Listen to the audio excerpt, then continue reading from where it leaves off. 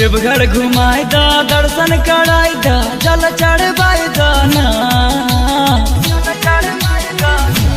हाँ देवघर घुमाई दा दर्शन कराई दा जल चढ़वाई दा ना। जल चढ़वाई दा ना।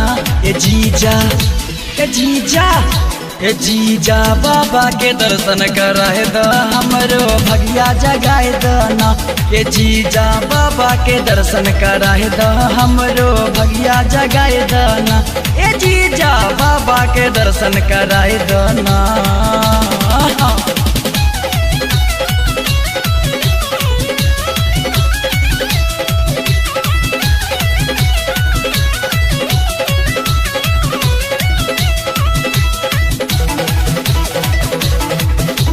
हमरे खातिर नीक कमरिया गणपति तैयार हो।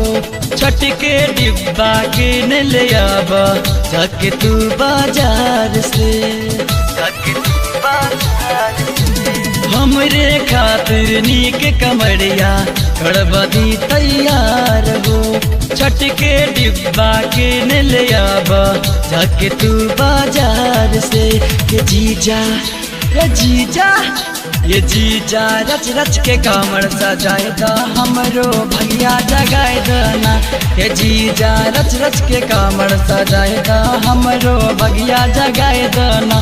ये जीजा बाबा के दर्शन कराए दा हमरो भगिया जगाए दाना।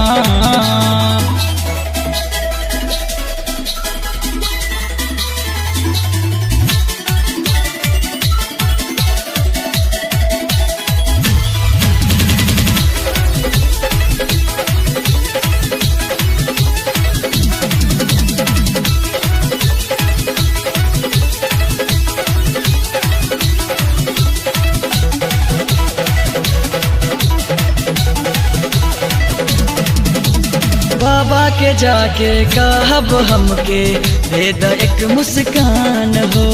मम्मी पापा दीदी जी जाके पूरा कर अरमान हो। बाबा के जाके कहब हमके दे द एक मुस्कान हो। मम्मी पापा दीदी जी जाके पूरा कर अरमान हो।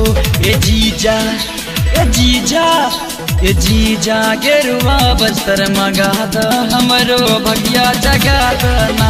ए जीजा गेरुआ बस्तर मंगा द हमरो भगिया जगा दना।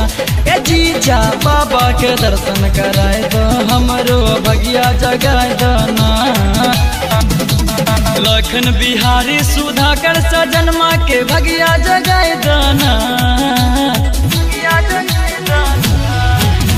लखन बिहारी सुधाकर सजनमा के भगिया जगाए दाना।